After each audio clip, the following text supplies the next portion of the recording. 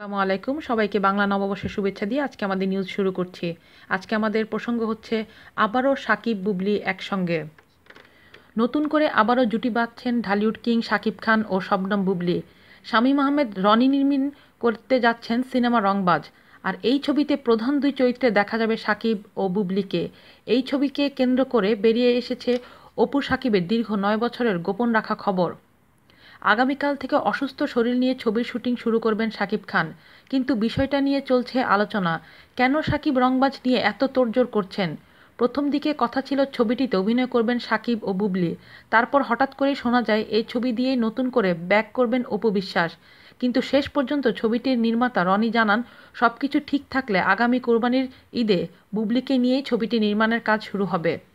অপু ক্ষোভ প্রকাশ করে গণমাধ্যমকে বলেন, সাকিব বুবলির আন্তরিকতা ও সম্পর্কের গুঞ্জনে তিনি বিব্রত ও বিরক্ত।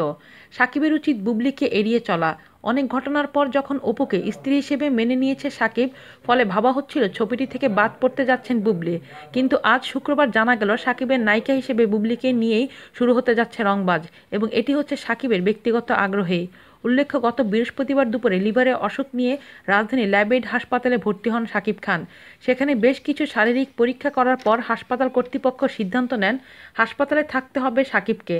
খবর শুনে পুত্র আব্রাহামকে নিয়ে সন্ধ্যায় হাসপাতালে আসেন স্ত্রী অপু বিশ্বাস।